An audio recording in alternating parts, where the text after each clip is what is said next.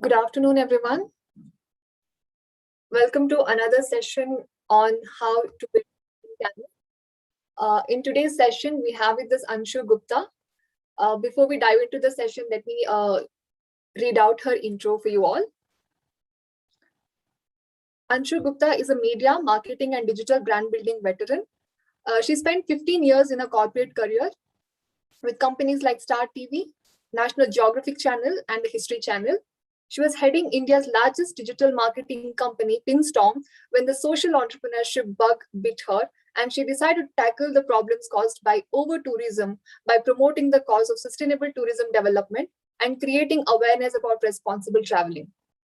Her venture, One Shoe Trust for Responsible and Mindful Travels, engages in various B2B and B2C activities towards this mission. An extremely ardent traveler, she has been to 80 countries in the world and 22 states within India.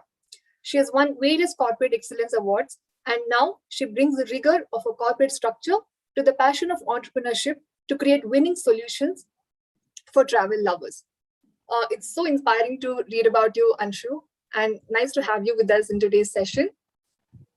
Thank you so much for the opportunity. I always feel very, very enthused and inspired in such a company where, all of us are trying to make a difference in our own way. So thank you so much for having me. Thank you for joining. Over to you, Ansoo, you can start the session. Okay, great. So I think you guys have been having the Lean Canvas sessions already for 2 days in a row. And I am assuming that a lot of doubts would have been cleared and that you would have progressed in your journey in making a Lean Canvas. So I'm not going to get into the details of why Lean Canvas, how Lean Canvas, who invented it, etc. We'll jump in right into the session.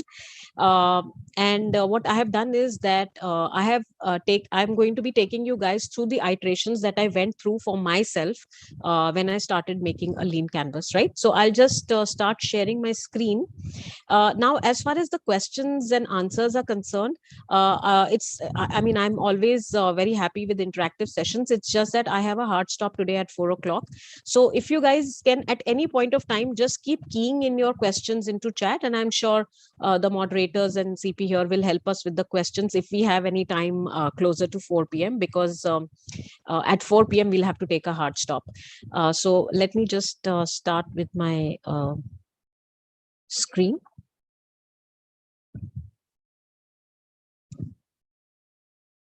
I hope it's visible to all.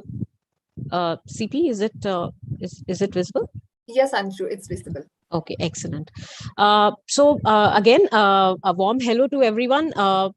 Even after this session, we can continue to be in touch. You will find me on almost all social media platforms by my name, Ansoo Gupta. I just spell it a little differently. So feel free to send any messages there if you have any questions that I can help you with. So this is the Lean Canvas model, right? So I'm just going to, before we dive into the exercise, let me just quickly tell you about my entrepreneurial journey. Now, as CP was saying, I'm a very big traveler, and I've been traveling independently for about 20 years now. It's my one big passion, and I travel not just for the sake of checking places out of some bucket list or anything.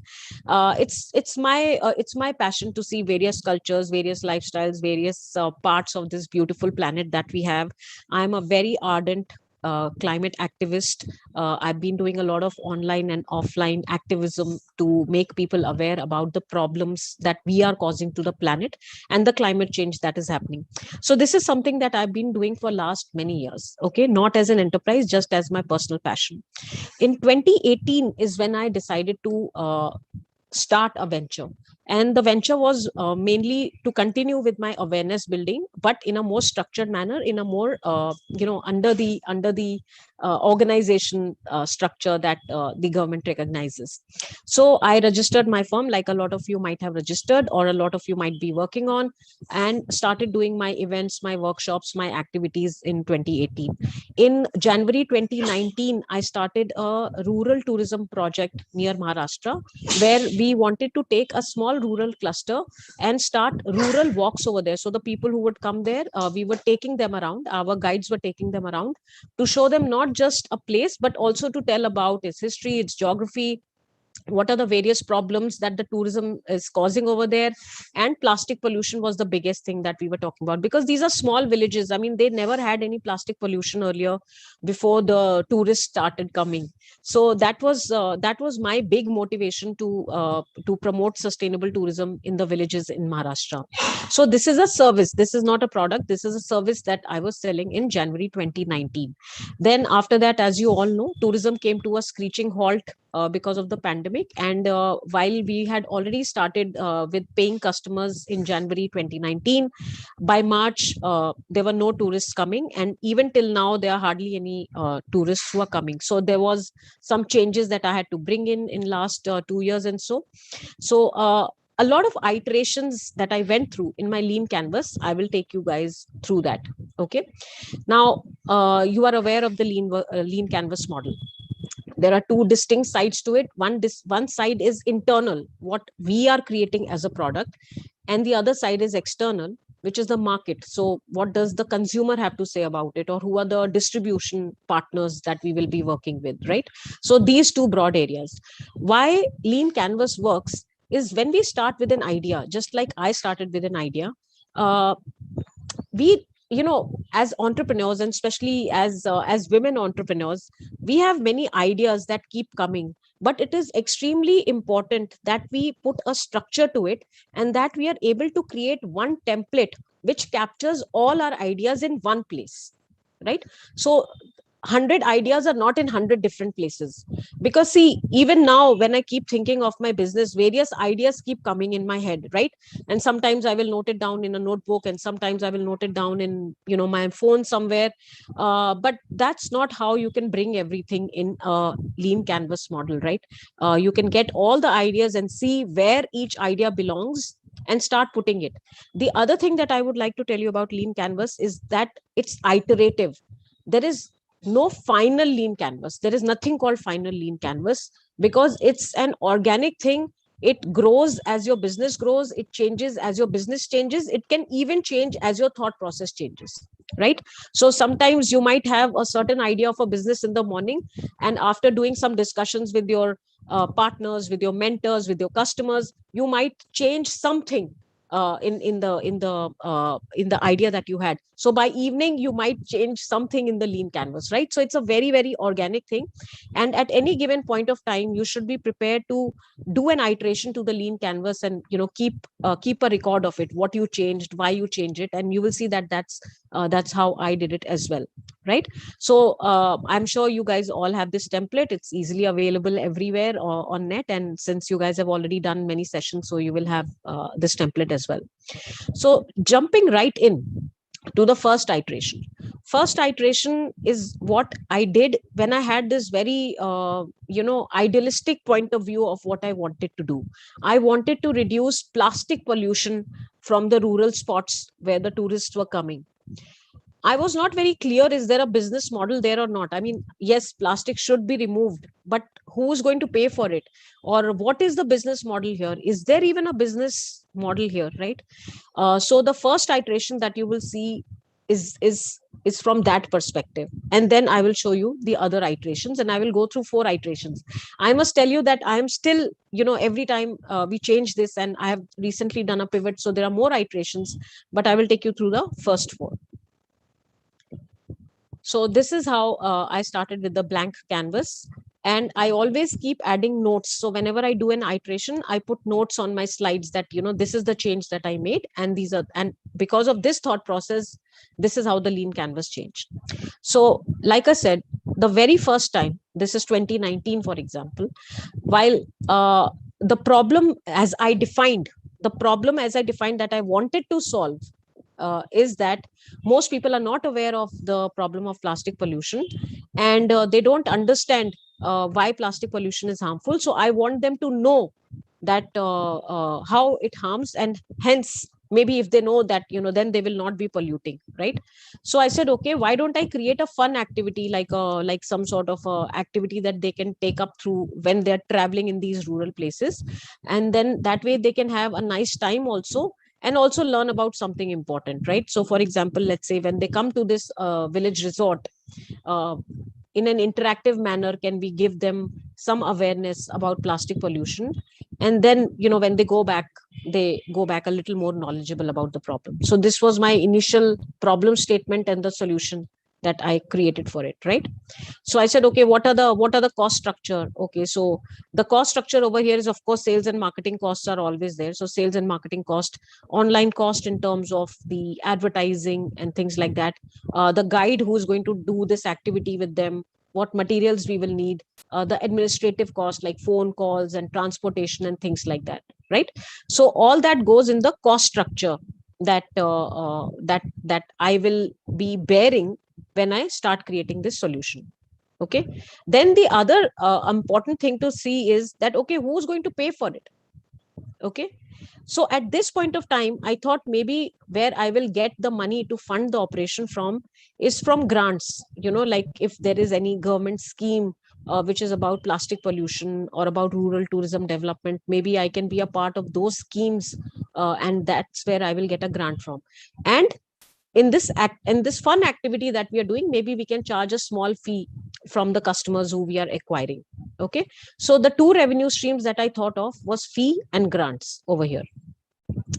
The key metrics, which means how do I measure the success? Am I being successful, or am I not coming up to my own yardstick? What yardstick do I keep? So the measurable thing for me at this point of time was that, okay, how many people am I able to actually get to participate in this activity, right? So I didn't want to call them customers at this point of time, but you can think of it as customers. So how many customers do I have, or how much worth, in terms of rupees, how much have I sold? So you can decide your key metrics over here. That's what is the meaning of key metrics, the things that you can measure. Is it going up? Is it going down? Is it staying at the same value?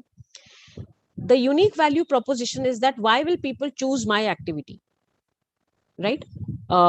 So in this case, I was very clear that because there are no activities in this rural places, when you go to a farmhouse to stay, when you choose to kind of go outside your city for, you drive around 1-2 hours, go to a small village and there is a farmhouse and you stay there for a weekend, there is really not much activity to do. So I thought if somebody is slightly conscious of environment, etc., for them this will be great, because there will be an activity and it will also help them learn something, right? So I thought this is my USP, that it's a infotainment kind of a thing in a place where there is nothing else to do. So that I put in my unique value proposition.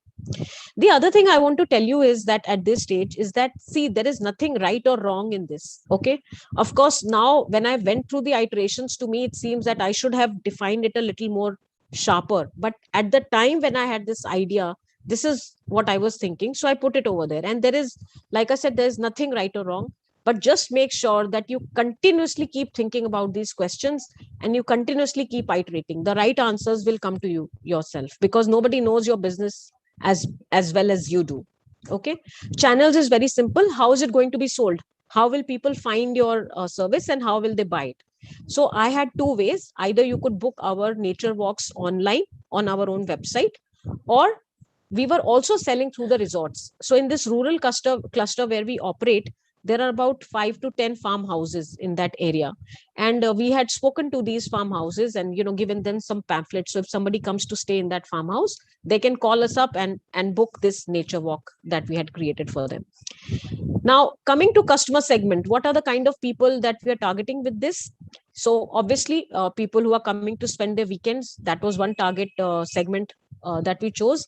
And then we thought that a family with school kids will be most interested in something like this, because you have to keep your kids involved all the time, and you want some activity which also expands their horizon. So if a young couple comes, they may or may not take it, right? They may be interested in something like this or may not be.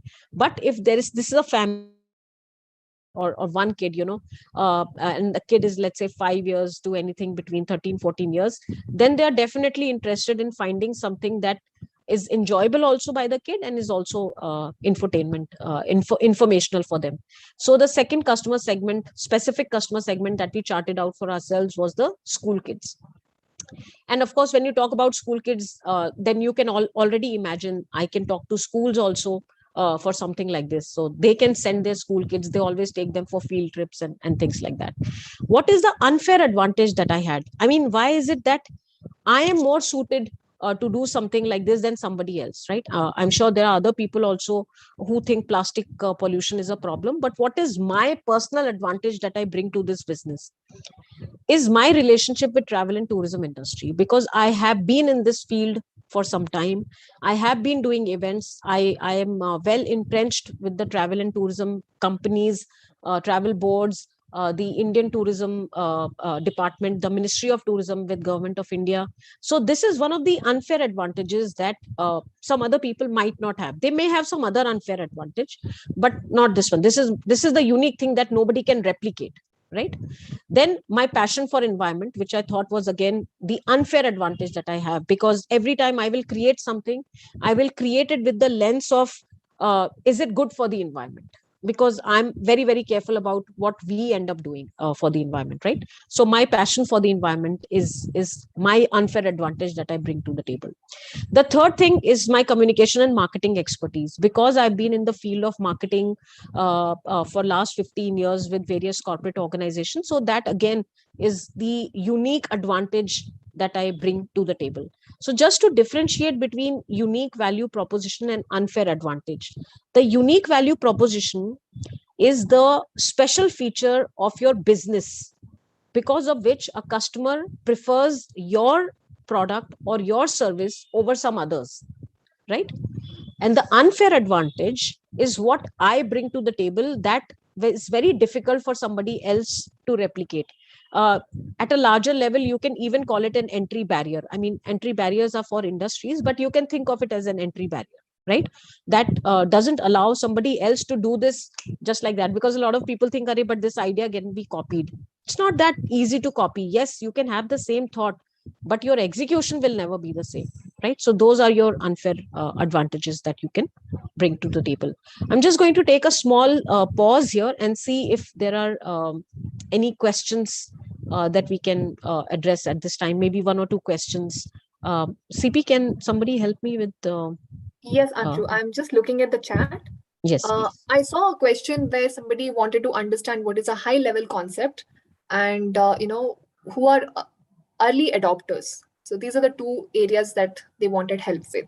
High level concept in terms of when they think of the business. Yes, yes. Okay. So, see, I think the best way to define it is that when we start ideating for our businesses, it can be as narrow and as broad, right? And especially, let's say if I want to start a catering business and I say, okay, cooking is one of my strength. So maybe what I can get into is maybe like a home chef, or I can start catering. So that is something which is at a very broad level and it is at a concept stage. But ultimately, for execution, we have to keep drilling down the various elements of it, and actually to convert a concept to a executional model where it can be treated as a business. That's really where this bridge is really covered by a lean canvas model. Does that answer the question? Yes, Ansoo, definitely. Okay. And what was the second part? Sorry, CP. It's about early adopters. Okay. The early adopters, I feel, in small entrepreneurs is always friends and family. Okay. The early adopters for whatever we bring to the table is our first supporters are obviously they have to be in the target segment, are the friends and families. And early adopters also mean that you are able to identify in terms of psychographics who is most likely to buy this kind of a product. Okay. uh, the other way of calling them is the lowest hanging fruit, right? So these are the ones who you will be able to convert the first of all, or the people with whom you don't have to work very hard to convert them, because there are levels of selling. Some cells are easy cells, some cells are slightly more difficult sell, right, where you have to convince the people on 2-3 levels. So the early adopters are the people who demographically, psychographically, in terms of price point, in terms of the problem that you're solving, are the ones who will be converting first of all, will become your early adopters. And I think when you start designing a service or designing a product, I think the picture of the early adopter is already there in your mind. And I would really suggest that you actually put this down on paper and put it down in as much detail as possible. Is this a woman? Is this a man? What is the age group? What is the socioeconomic category? Is this a professional person? Is this a housewife? Is this a entrepreneur? Depending on whatever the product is, and you actually draw the picture of this early adopter on a piece of paper, right? That always helps. Yes. Thank you, Anshu. There's one more question which I commonly see in the chat. Can I please go ahead with it? Yes, of course. Yes. If we write unique selling point in unique value proposition, then what will be in the unfair advantage column? Right. So the way we differentiate between the two, the value proposition is what makes a customer buy your product. Okay, is it better quality? Is it better sourcing? Is it the speed of delivery? Is it quality? Is it cost? So for example, I may want to buy a mobile phone, but let's say X service delivers it to me 20 days later and another service delivers it to me 10 days later, because logistics is their unique value proposition. I'm actually willing to even pay more if I need it in a faster way. So the unique value proposition is what makes a person compare the two services or two products, and why will they choose yours over any other. And it is extremely important for you to find a unique value proposition in your product, because if you do not differentiate it, then you're just like any other business. Then you don't know what are the selling points. How will you convert your late adopters into your customer segments? So please work very hard on unique value proposition, even if it is something in a lane of 20 restaurants. Even if you open the 21st restaurant, there has to be something unique about you, right? Either the cuisine is different, or the setup is different, or the speed of serving customers is different, or your ambience is different. Something is different, and that is the unique value proposition of your business. The unfair advantage is what you bring to the table, right? Because you are unique. Again, I will take the restaurant example. If there are 20 restaurants already on a street, and if you're opening the 21st, what is it that will help you stand apart, you, not your business, that you can bring to your business that nobody else can, right? Maybe you have better relationship with the raw material provider. Maybe your next door restaurant does not have that great relationship with the raw material provider, so you get better raw materials, right? You have access to better raw materials.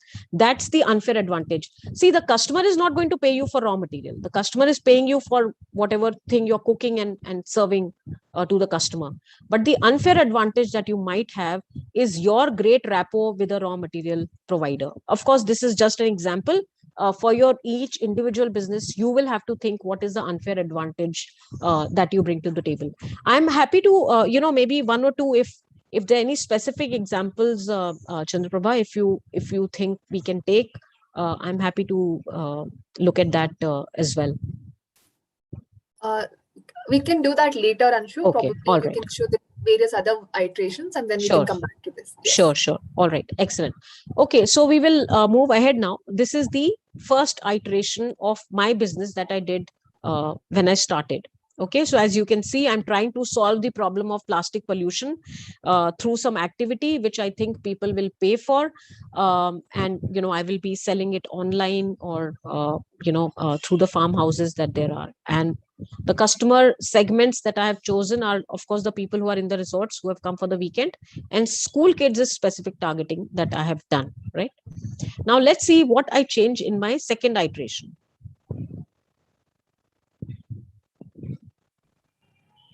Okay, now you see in the second iteration, I have moved it from a very large problem of plastic pollution to, I'm kind of narrowing it down. It is still a little about plastic, but now I'm saying that the places, these farmhouses, the rural tourism spots, they don't have proper waste collection method. So I'm shifting it from talking to customer to now talking to the resorts, right? that people come to the resorts and they bring their plastic bottles and plastic packages and everything. But unfortunately, in the villages, there is no proper segregation method or collection method or recycling method. So now I'm trying to, what I'm trying to do is to have like a waste collection method from the resorts. Okay. Now this is a totally different business. This is a totally different solution from what I was working on earlier.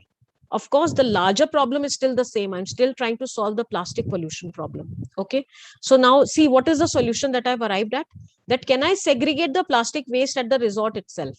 So I designed something called the orange bag scheme, where I said, okay, to each one of these 10 resorts that I have, I will give a large orange bag that they can keep.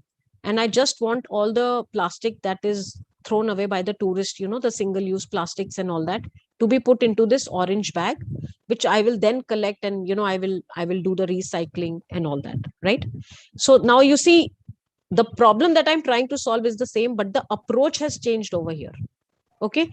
And why I created a lean canvas? Because I wanted to put all my thoughts in one place to evaluate my first iteration and my second iteration. Okay. The unique value proposition that I am bringing over here is that the resort owners who do not have any facility of waste segregation or recycling, I'm going to be providing that service. Okay. The cost structure over here is very different. It is collection of plastic material, the storage of plastic material, then sending it to recycling facilities, how to find volunteers or employees to collect all the plastic waste from everywhere, the materials that we will need, and of course, administration, transportation. These costs happen in every business. What is the revenue stream over here? Here, the revenue is from the resorts, not from the customers, not from the people who have come to stay from the resorts. This is from the resort will pay me to do this collection service. Now, of course, we can discuss will they pay or will they not pay, but this is what I'm planning. That I will tell them that, this is how we can stop plastic pollution. And if you pay me 100 rupees per month or 500 rupees per month or whatever it is, then I will take this plastic from you and I will get it recycled. Right.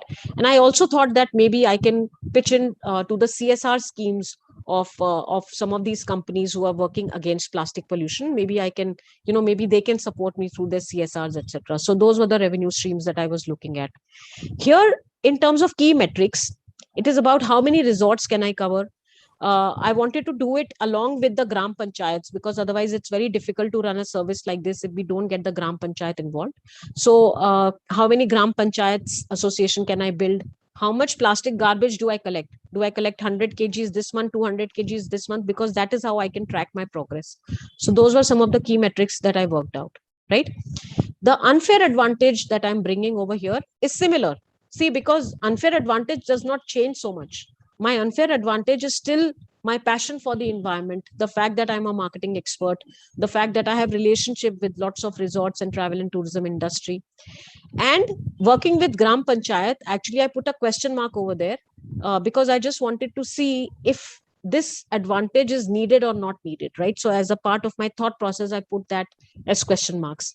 The reason why I'm showing you my entire thought process like this and not just the finished product is so you can also see how you can convert your thoughts into how you can use the lean canvas to convert your thoughts into points that you can note down, right?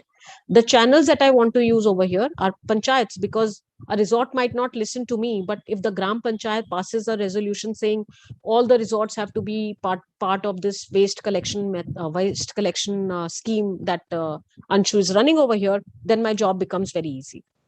Right? The customer segment is totally different here. The customer segment is the resorts, the corporates who can probably support me through CSR, and the Gram Panchayats. Those are the customer segments here.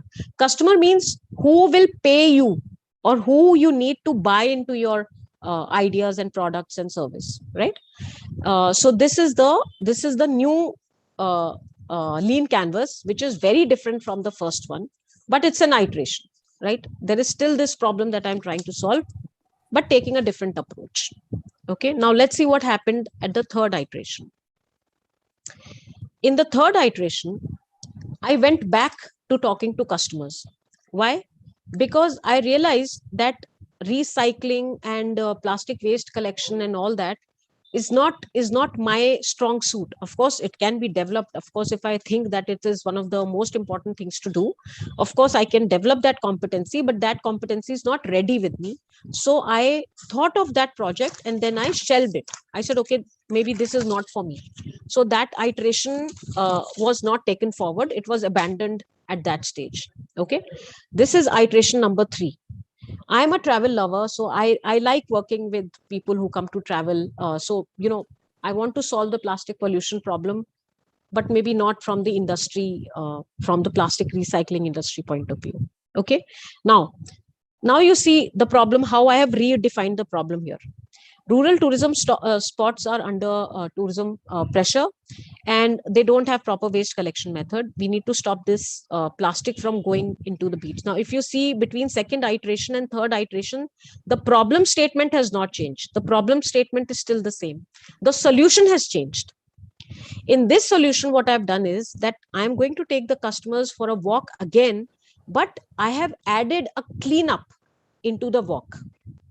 This is the difference between the first iteration and the third iteration, which we are looking at right now. That again, I have come back to the fun way to spend a weekend, but a cleanup has been added, which means that if you come to my village and if you're staying at one of the resorts, if you come for a nature walk with us, not only my guide will take you for a nature walk, but you will also be doing a cleanup. Some of you might have heard of this concept called plogging. It's like clean up as you walk. Plogging is a concept. So I decided to introduce that element in my walks, right? So you actually leave the place cleaner than you found it. Okay. And that's a big part of responsible travel. A big part of responsible travel is not only do you not destroy the place, but you actually leave the place better than you found it. Right. So that is the solution that I designed for this problem now.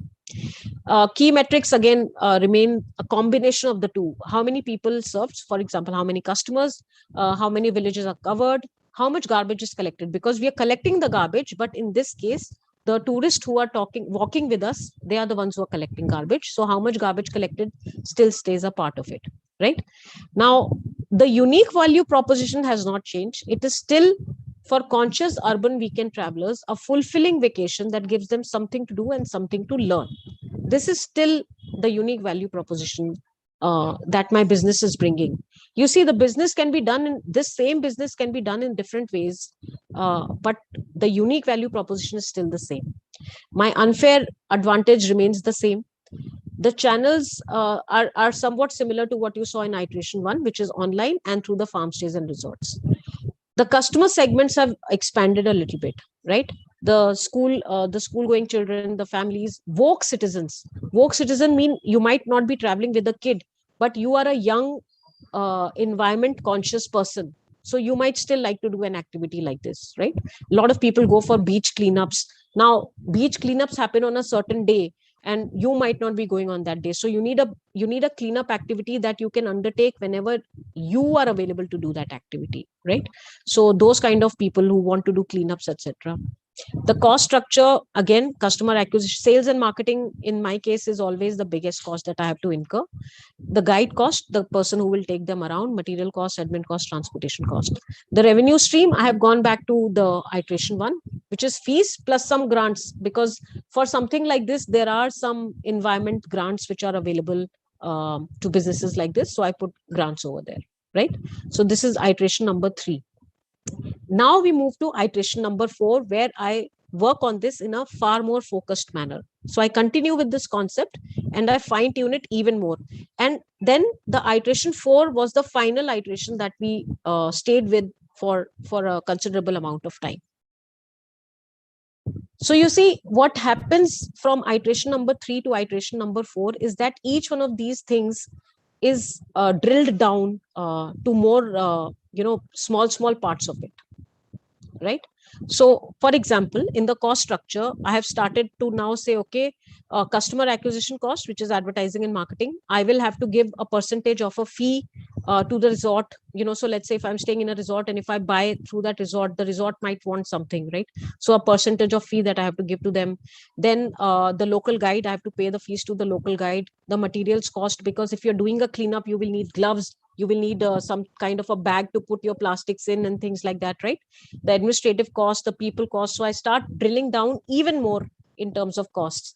In terms of key metrics, for example, number of customers is there, how many villages and gram panchayats are we working with, the weight of trash collected, and I have added local employment generated. Just give me a minute, please.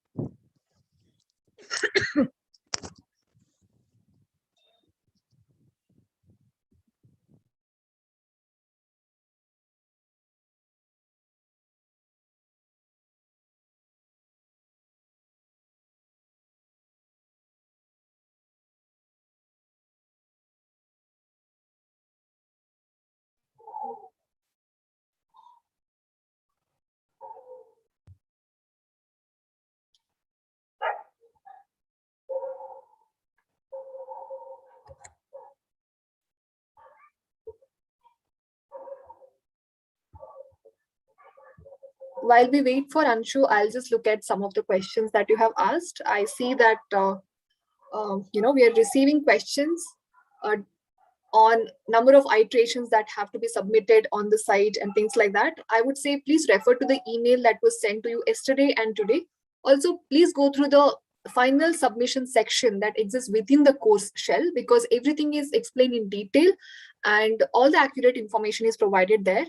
So there won't be any confusion once you have gone through all those details. Anshu, are you back? Yeah. Sorry, I had a coughing fit. No problem. No problem. Okay, so but I'm happy. You guys must have got some time to go through this. Okay, so this is pretty much the fourth iteration. Anshu, do you want some more time? Probably you can drink some water and join us back. I would engage that. So I'm just going to stay here on this slide.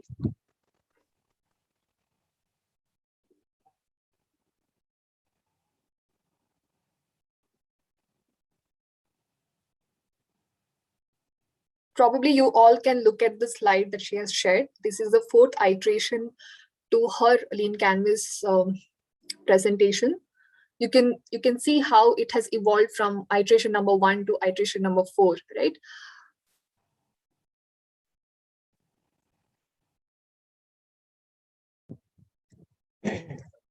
Okay, I think I'm good now. Yes, okay. So guys, this is pretty much the 4 iterations. Happy to take questions. Anshu, we received one question when you were explaining the difference between unique value proposition and unfair advantage with the help of that restaurant example, right? So we have a learner who is asking if you could explain the same with an example of EdTech startup. Okay, can you unmute this person so they can explain the question? Yes, I'll do that. Shalini, can you please ask your question? Yes, ma'am. So I just wanted to ask a question so that you can explain unique value proposition and unfair advantage, as well as key metrics and channel for a edtech venture, which I'm working in now. So there is a difference between key metrics and channel. So the channel is connected with cost structure. So I just wanted you to explain unique value proposition, unfair advantage, key metrics, and channels. So this is okay. what. Sure. First of all, what I would suggest is that when you sit with the template of Lean Canvas, don't think of it as edtech. Think of it as what you are doing. Okay, it might be in the edtech industry, but what is it that you are doing? What is the specific solution that you are providing? Okay. So what is it? Can you just explain to me what is your solution? It is a training platform for engineering students in a specific stream to get hireable from the industry standards. Okay. So first of all, like I said, leave the macro picture. Okay. Lean Canvas is not for macro picture. Okay. It is specific to your solution. As you can see, even if you're trying to solve the same problem, you can solve it in 20 different ways, which means there will be 20 different kind of lean canvases. Okay. Okay. So be very, very micro. Sure, ma'am. What is the problem that you're solving? Tell me. Problem is like skilling up the engineering students for the industry standards. But the lack of skills in the core discipline of mechanical and aeronautical engineering, to be very specific. But have you done a survey? Is this a problem that is felt by you or is actually felt by them also? I have personal experience and my friends felt it. Along with I ran like interviews with customers interview.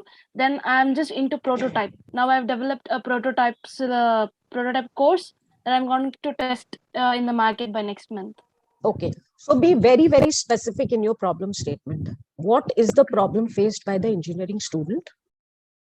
Okay. For example, they're not getting better job offers because of lack of skill or whatever it is. Yeah, that is the problem. Yeah. So you define the problem in a very, very specific manner. Okay. And then you define your solution in a very, very specific manner. Okay. Sure. What skills will you be providing? Okay. Now, key metrics and channels are two different things. Channel is how your service will be sold. So, for example, I think in your case, it's an online platform, right? No, ma'am, it is online as well as offline.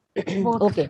So this is the channel. You can think of it as distribution channel or delivery platform. How will it be delivered? Okay. Key metrics is that if you have to keep a target for your business, what will be the key metrics? Maybe it will be number of skills offered. Maybe it will be how many students do you serve in a month? Yes.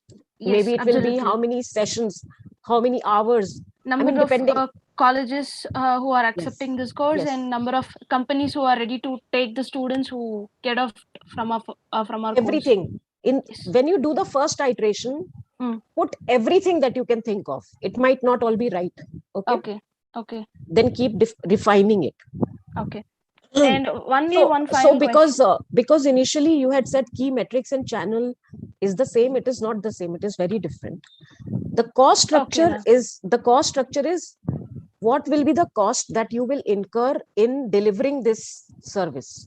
Okay. Yes, ma'am. That is the cost structure. Okay, ma'am. So I have one final question. So the thing I just want to get a clarity is that high level concept. So as I went through videos in YouTube, it has been mentioned it is a pitch, like a 1-line or 2-line pitch for the whole startup venture.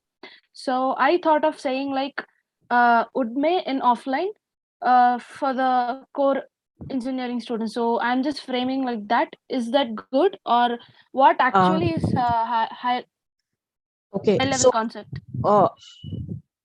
Let me put it like this. Ask yourself a question. Can I define my business in 15 words? Okay. Or 20 words, 15 to 20 words. Sure, ma'am. So that is a new perspective I'm getting in. That is your high level concept. But please understand, a high level concept has no place in lean canvas. There is no place where you write your high level concept. Okay, ma'am. So you can think of it as a pitch. You can think of it as, some people call it whatever, 3-second pitch or this, that, whatever, various things. So I would say just think of it. Can you define your business in 2 sentences or 20 words or something like this? I think in your case, it will be very simply to provide the skills to engineering students so that, they can be more, they can get jobs more easily or something, depending on what it is that you're doing. Something like that. Very simple. Right? But lean canvas is not for that high level concept. Okay, I just want to also intervene and clarify that there are 2 kinds of lean canvas templates that have been circulated through the course itself. One has a column for mentioning high level concept, and the one that you're using does not have that. So this is a basic one, and there's another version which is also available. So learners can use either of them depending on your convenience. Both are acceptable. This is the one that we used. So. Yes. I understand. Okay. So Do we take more questions, Anshu? Yeah, we have 15 minutes we can take. In fact, it's better if we do it through question answer. It's easier to understand. Yes. So a learner called Shubhra Sharma is asking, what kind of relationship did you have with travel and tourism industry? How did you think it would help you? Okay, great question. So, like I said, I have been, even before I started my enterprise, I had been promoting sustainable tourism through my workshops and events as an individual for a very long time. As a result of that, because of the stuff that I wrote online, there were a lot of connections that I built with various travel companies, like airlines or like resorts or like hotel chains, or even with tourism promotion boards. Like every country and every state has a tourism promotion board. Then in 2018, I had done an event with the Government of India, Ministry of Tourism. So those were the working relationships that I already had, and a lot of people who are connected on social media knew that I do this kind of work to promote sustainable travel. So that I thought, for me, that became my unfair advantage, simply because, I mean, not everybody has spent so many years working on this part. So that's how I put it down. Okay. Anshu, next question is by Yansha. She is asking, how did you know that the fourth iteration was the one you wanted to go ahead with and stick with for a longer period of time? Right. So the thing is that when I reached this fourth iteration, we were already in the middle of COVID. So if you see it, I had already taken into account that COVID has halted travel, but it will slowly restart, right? So this was already for something as and when travel starts. So frankly, to be honest, I did not decide that it will stay for a long time. It got decided for me because of the pandemic, right? So I continued to work on it for some time.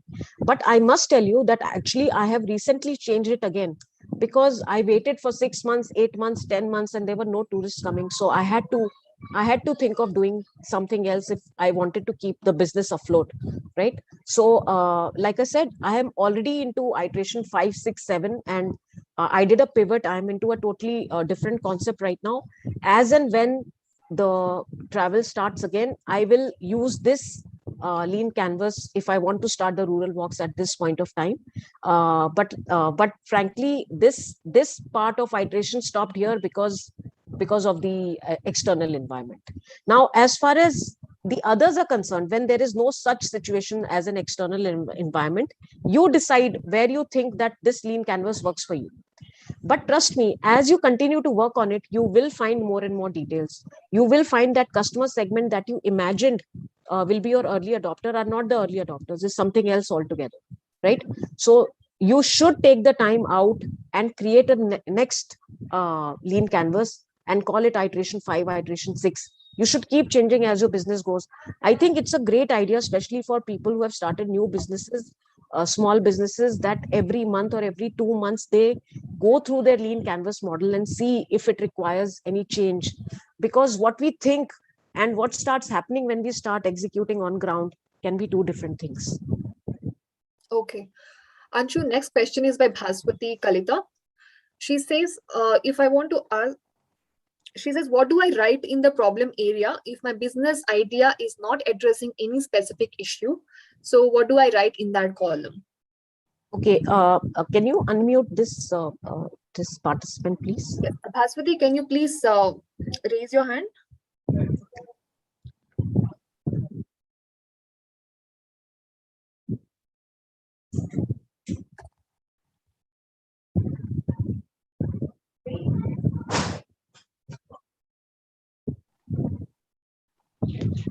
Hi, ma'am. Hi, Bhaswati. Please go ahead. Yeah, thank you. Thank you, Chandraprabha, for giving me the opportunity. Ma'am, it's the idea that I have in my mind. It is again at a very nascent stage. It's just at the idea stage. What I was initially thinking of a business which would address different craftsmanship from various parts of India, where I can maybe cumulatively mix and match maybe designs from one state and produce it on a textile of another state. Because like a fusion. Yes, fusion. because right now what is happening in our textile or any handloom or the clothing industry is that it is very state specific or area specific. So if I'm looking at the south of India, they are only into silks and things like that, and zari work or like that. So if we can do a fusion of things, designs from one state on the clothing material of a different state. So this doesn't address any problem. There is no problem as such that the customers are facing, but it is a niche market which I am looking at. So what do I write in the problem area in this business idea? Yeah. So see, there are two things that I want to say to you. First of all, you yourself define the problem that you see. I'm not saying that this exists in the market. For that, you should do some customer interviews, right? For that, you should do some survey. But the problem that you have identified is that in a particular area, they are stuck to one kind of thing, right? So the Right. availability of a certain kind of fabric or a certain kind of embroidery is limited, right? Yes. What if I make the embroidery of north available in south, or what if I make the fabric of south in a north with the northern embroidery available in north, things like that, right? Yes. So you correct. have already identified the problem. There is a problem. You feel there is a problem. I'm not saying the problem exists in the market, right? Okay. Okay. So you are solving a problem. See, the thing is, a problem does not mean that without it I will die. Okay, a problem is not always a big problem. The problem could be that the high heel shoes in the market are not very comfortable.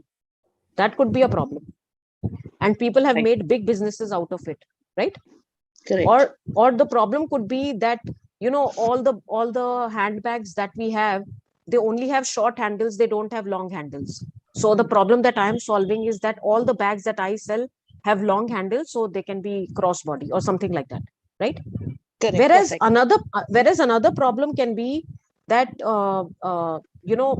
hospitals do not have a way to monitor how much oxygen is left in their tanks. I'm just saying, I'm not saying it's a problem, but let's say now that's a very important problem to solve. Or one problem could be that there are ladies who are still using wood stoves or coal stoves, which produce a lot of smoke while cooking, right? Right. So there is nothing to say that a problem. I mean, there are some big problems and there are some small problems. There are things called first world problems, right? Which means people just create problems just for the heck of it, right? So Yes. obviously, if it is something which is not a very big problem, then those things will become your discretionary buys. People will decide if they want to buy something like this or not because they don't see the problem, right? That's right. But Yes. the other things could be more important buys, right? So your market might differ, your unique value proposition might differ and all that, but yes, you're definitely solving a problem. Frankly, Okay. no business can exist if you're not solving a problem. I mean, why would anybody buy anything, or why would you even waste your time designing something? Okay. Got you, ma'am. Perfect. Okay, thanks so much. Thank you so much, ma'am. Thank you. Ansoo, I'll go to the next question, which is by Sure. Nasreen. She says if we are stuck with two ideas, one which requires less effort for the MVP creation and the other's pain points are more, then how do we decide? So I think one idea which requires less effort for MVP creation and the others where pain points are more. So okay. these are the I'm assuming where the pain points are more, the return will also be more. I'm assuming that, because if it's a question of that the pain points are more and the returns are not that great, then it's an easy choice to make, right? So what you can do is that you can create a 2x2 matrix, right? And on one axis you have too many pain points, less pain points, and high return, low return, right? And you note down what your thought process is, because in a lot of cases, if it is something which has lots of pain points, could also be an advantage if you handle it, because that means that there is an entry barrier. Not many people will end up doing it, which also might mean that people might be willing to pay you more for something like this, right? So it is not an either or. You will have to see the cost and benefit, the pain point and the returns. You will have to see both the things together. But if something is too many pain points and very low return, then it's an obvious choice. Then you should not go for it, right?